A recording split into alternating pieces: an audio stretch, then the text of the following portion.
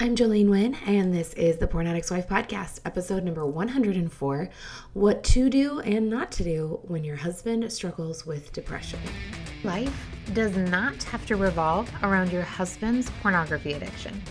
You are not defined by his choices or by what he sees on a screen. You are not just the porn addict's wife. You are so much more. In this podcast, I'm going to teach you how to go from handling it to healed, because I've been where you are and you don't have to stay there. My name is Jolene Wynn. I'm a member of the LDS faith, a certified life coach, and a wife of a former porn addict. And this is a podcast for the porn addict's wife.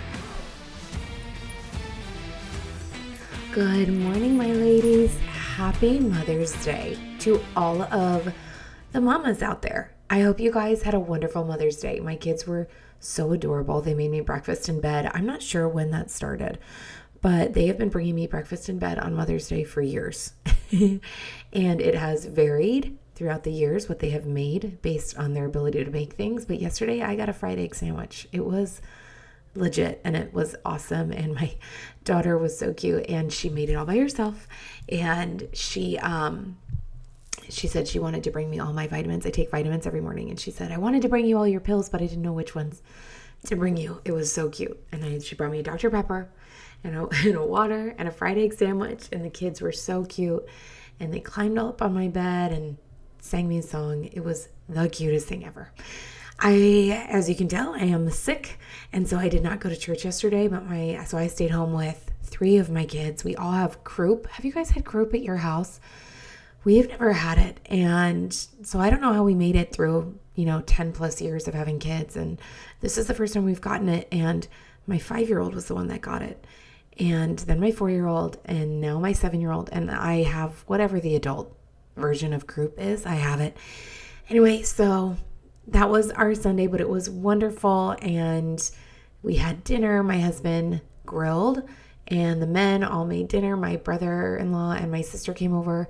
And then my other really good friends came over and my cousin. And we just celebrated Mother's Day. And I slept 99% of the day. And I woke up to eat. And then I went back to bed. So it was a great day. And today is Monday. And I am ready for some coaching this week.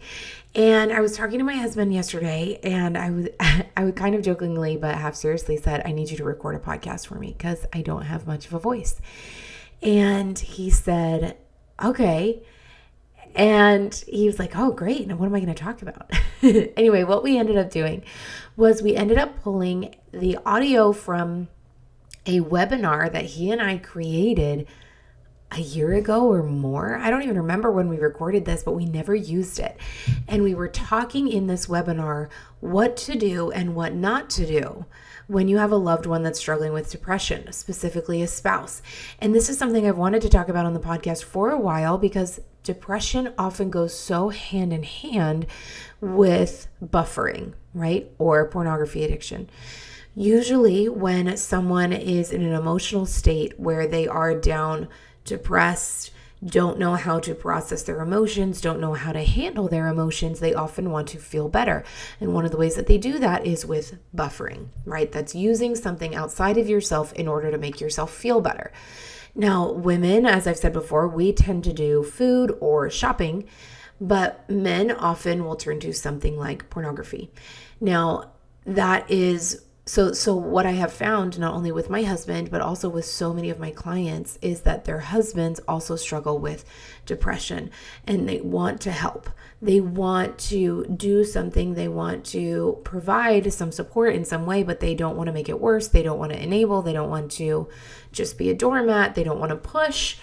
It's very much like having the addiction. It's like, how do I respond to this in a positive way?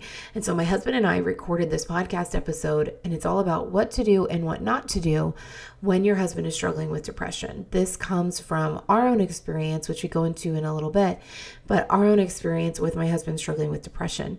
A little bit of a backstory. My husband and I met and started dating. I was 17 and he was 18, and he was not depressed. He did not struggle with mental health at the time. And then he served a mission for our church. He left and he was gone for a year and a half. and he was living in Peru. And during that time, he really struggled mentally. He fell into a very deep depression, and it wasn't until he had some suicidal thoughts that he recognized, okay, I need to talk to someone and get some help. And that is actually when he came home from his mission. He came home about 6 months early. He was supposed to be gone for 2 years. He came home 6 months early because of this. And so when he came home, we started dating, got engaged, and got married. We got married about a year after he got home, just under a year. And so he has been depressed he was depressed for the majority of our marriage. He was depressed from when we started dating, when he came home from his mission, all through while we were engaged, the whole time we were married. And it was honestly, in a lot of ways, more difficult than it was dealing with his pornography addiction, was being married to him and him being very high anxiety and very depressed.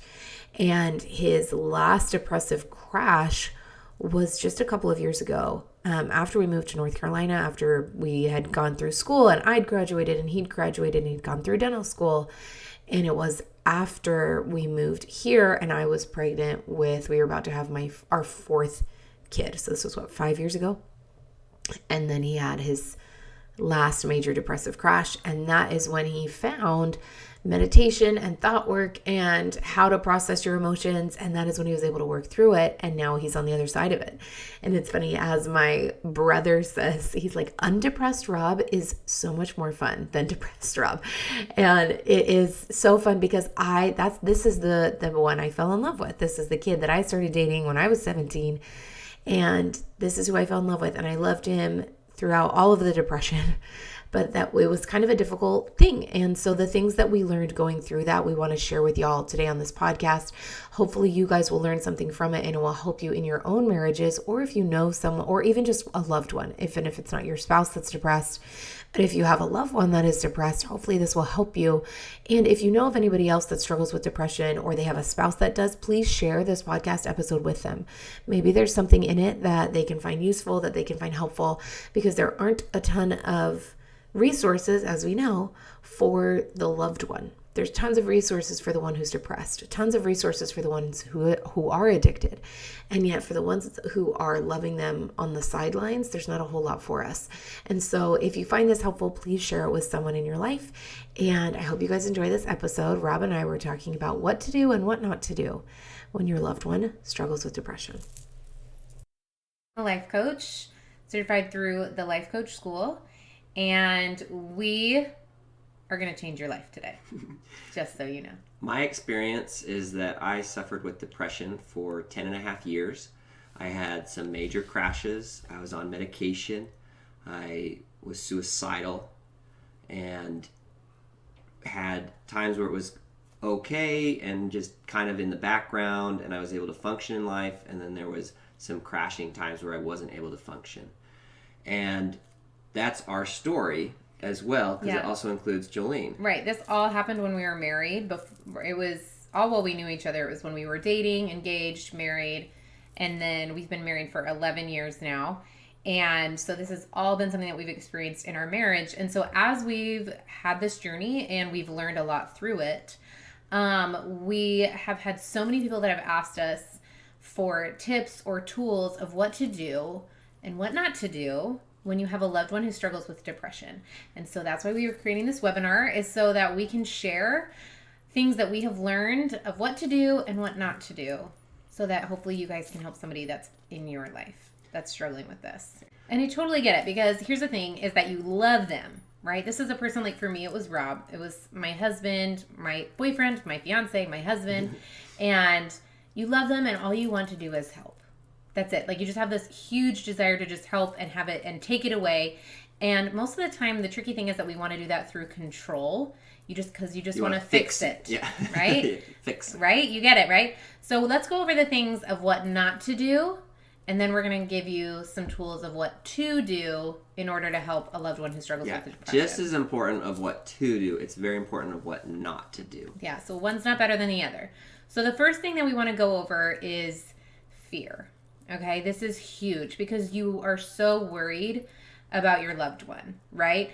and you may have this anxiety over it even. And what's interesting about emotions is when you feel them really strongly is your loved one can sense that, right? And it kind of changes how you show up, the actions that you take when you're acting out of fear and anxiety. It changes the way that you make decisions and kind of adds a weight to them. And fear can show up in a number of ways, right? And so if we on our inside, if we get so worried or concerned, we're so unsure, that unknown is so scary that we're just feeling that all the time. And when we interact with them, that's what they can sense. Right, you're nervous, you're anxious. Give the quick example of like your dog, when you walk into your house, it like can pick up your like emotion that day, right? You know, like your animal even can tell if you're in a bad mood. Like if you come in all happy, humans do it too, right? You're like, I don't know why, but you're giving off this weird vibe today. Yeah, or I don't know, but as they walk in the door, you're like, what's up with you, right? Like you get it. Like if you think about a time when you walk in a room and you're like, what's happening in this room right now, right? And so when we ourselves come in with the fear into the situation and the insecurity and the concern, all of a sudden we are adding on to that fear into their lives. We come in with a response that builds up what that situation is. Right. They pick up on it is basically what it is. So really try and just evaluate your fear. Allow yourself to feel it. That's no problem. But try not to let it overwhelm you.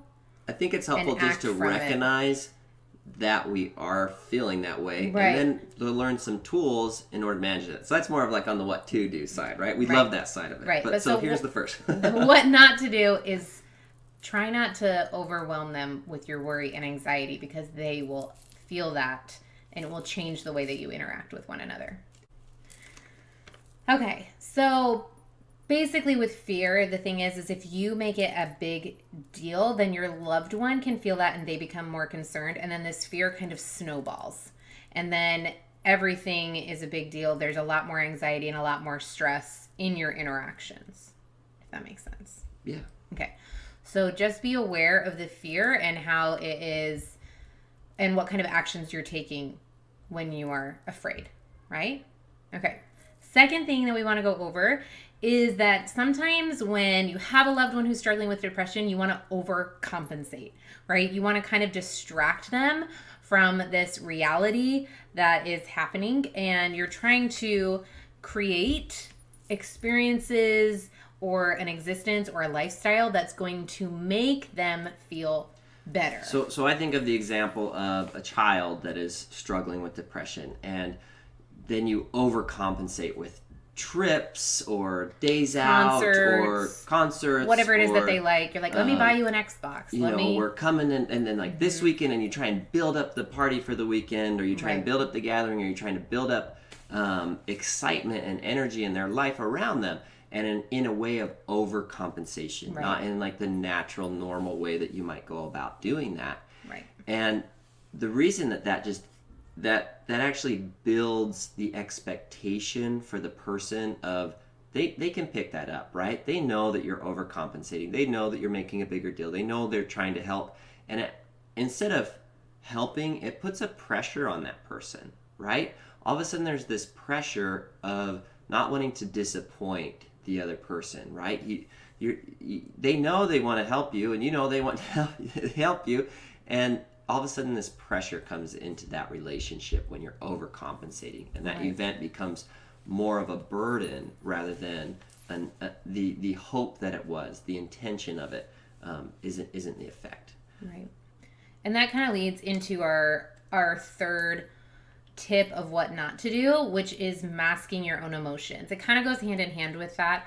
Is when you have a loved one who's struggling with depression, one of your instincts a lot of the times can be, okay, well, I should never show any sadness or any negative emotion that I'm feeling. I should be happy all the time so that I don't make them feel worse, right?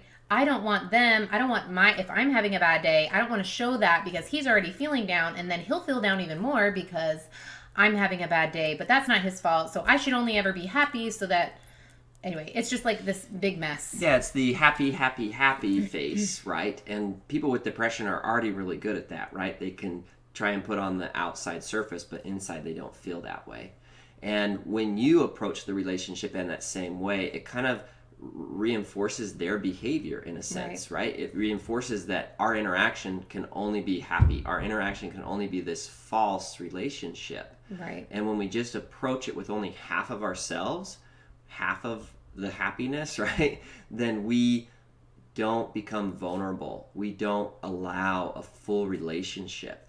And so when, as the person that's the loved one, actually would come to that person, especially in a spousal relationship, with a hard day and with emotions and with concern and caring and with frustration, it's okay if you are aware and working on your own emotions to be vulnerable with that person. It actually helps the person with depression see that other people are struggling, see that this is a true relationship, that it's not just them, that that your relationship is not just happy to happy. Yeah, and it's okay, again, to feel, to have a bad day, and another thing too that I just want to clarify is, like, if you are not showing your loved one your complete self and all of your emotions, you're not being totally honest with that person. And so then it's very difficult to expect them to be honest with you about what they're feeling.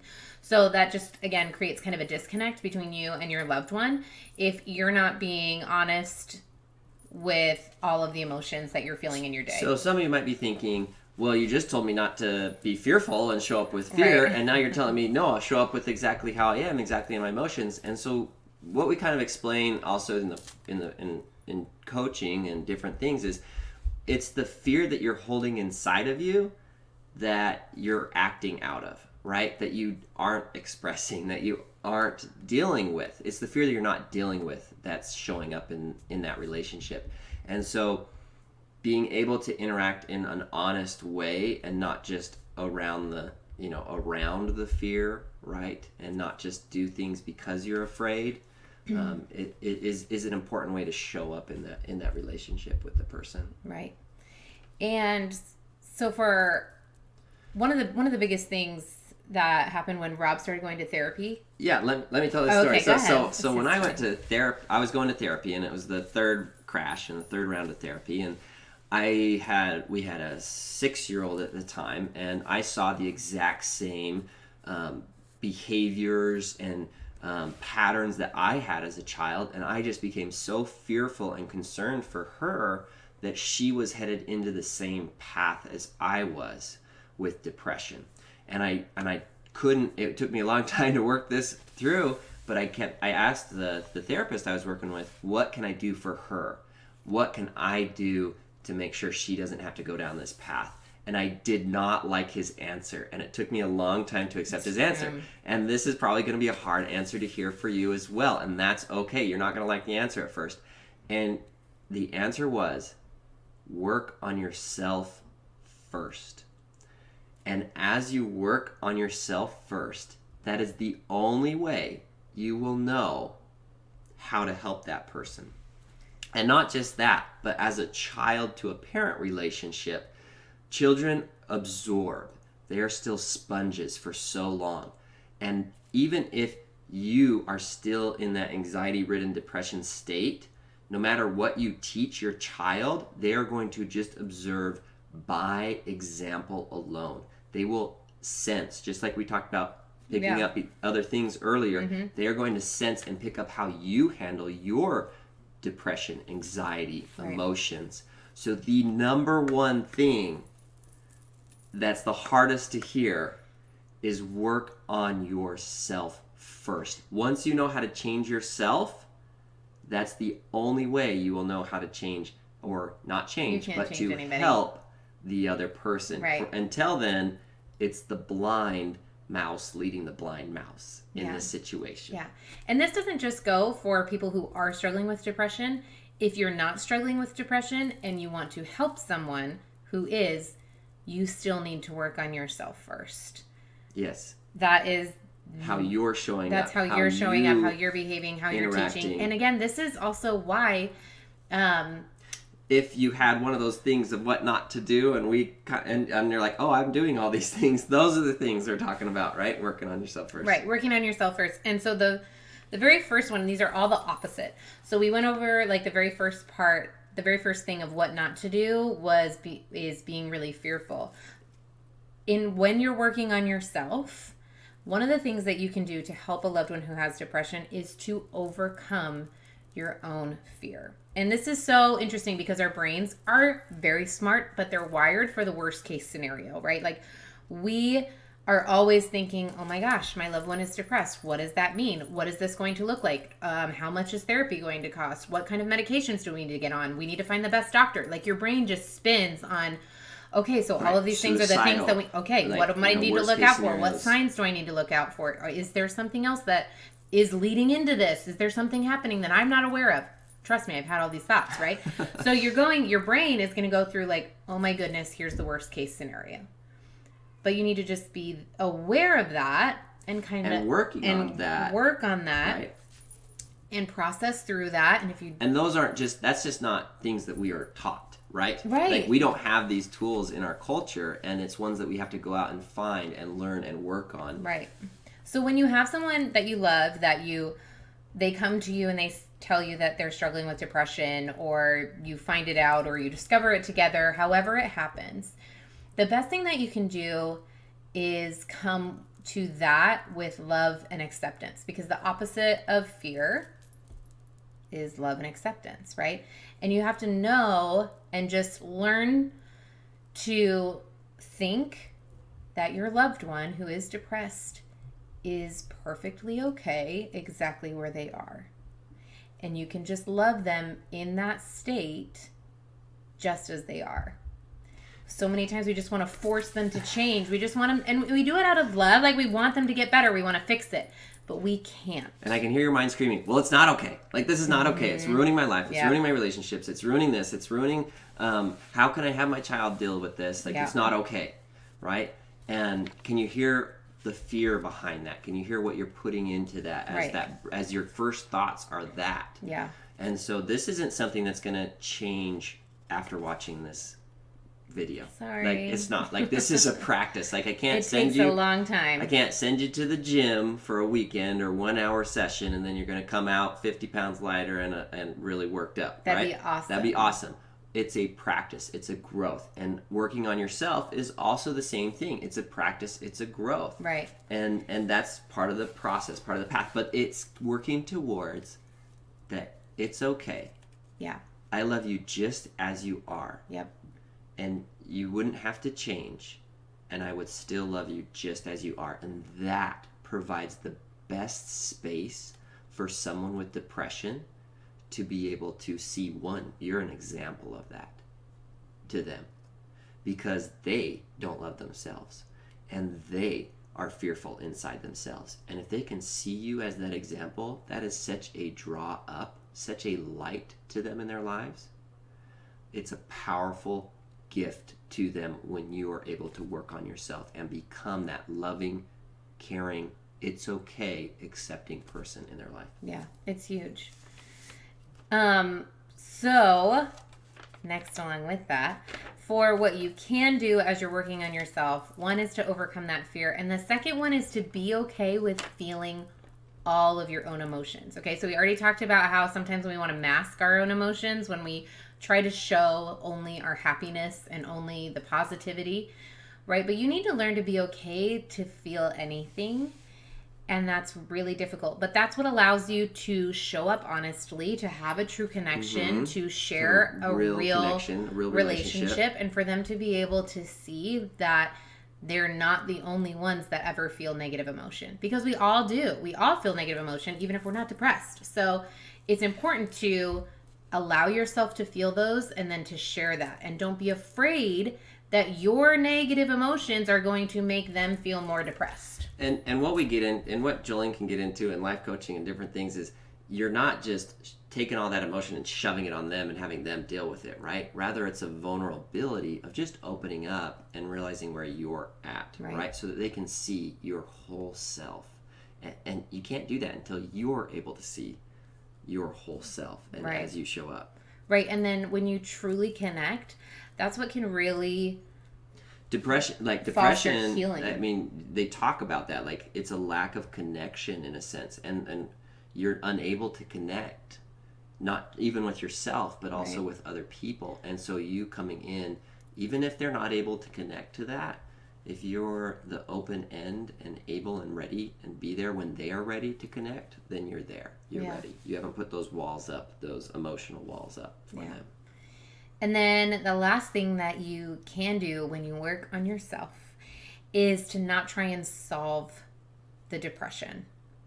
So again, we talked about overcompensating, right? Like we're trying to create things that will force the other person to rise up, to change, to feel better. You're trying to solve. You're gonna solve it, fix it. Get it done. I just want to fix it, and I know that feeling. I just kept thinking that over and over and over for a decade. I just want to fix it. I just want to make it go away, right? And my personal experience, I've talked with many people as we've opened up and helped other people and talked with them and gone through these steps. Those with depression, a lot of them will tell you once where they're at, they're like, it's not you, right?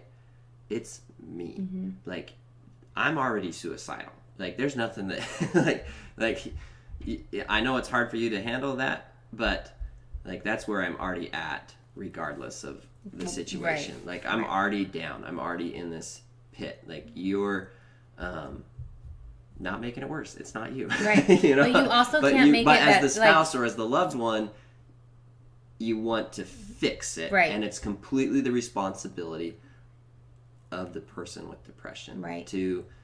It's theirs, right? It's not the other person's, and it's okay to recognize that. Absolutely. And allow yourself to not have that responsibility. Yes, you should do everything that you can in order to help. Obviously, that's why we created this webinar, right? Here are some things that you can do to help. You can't drive them to therapy. You can drive them to the doctor. You can be there for them. You can, when they're ready. Right. But one thing that you cannot do is you cannot force it and push it. And you are never going to be able to create enough positive experiences in their life in order to change how they're feeling, because you cannot change the way that they feel. Yeah. That is not something you are able to do. And your mind says, no, but I'm going to try. No, but I could try. But I'm going to try. And I'm going to try everything that I can do. I'm going to do everything. And what, again, re-listen to this if it didn't click the first time. But go back and see, we said it the same thing in our minds again. Where all of a sudden it was like, no, but I'm going to try it anyways. Mm-hmm.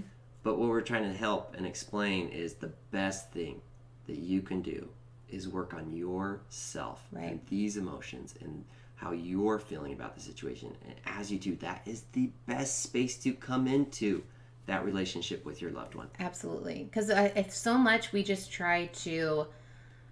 spend so much time as a loved one who's so concerned trying to change the external circumstances in order to force an internal change in the other person. And that's never going to work. Nothing outside of you is ever going to force a change on the inside. It all happens internally. And that's why working on yourself first is the most powerful thing that you can do, because that's literally the only thing that you have control over. What's the symptom of the depression and what's the source of the depression?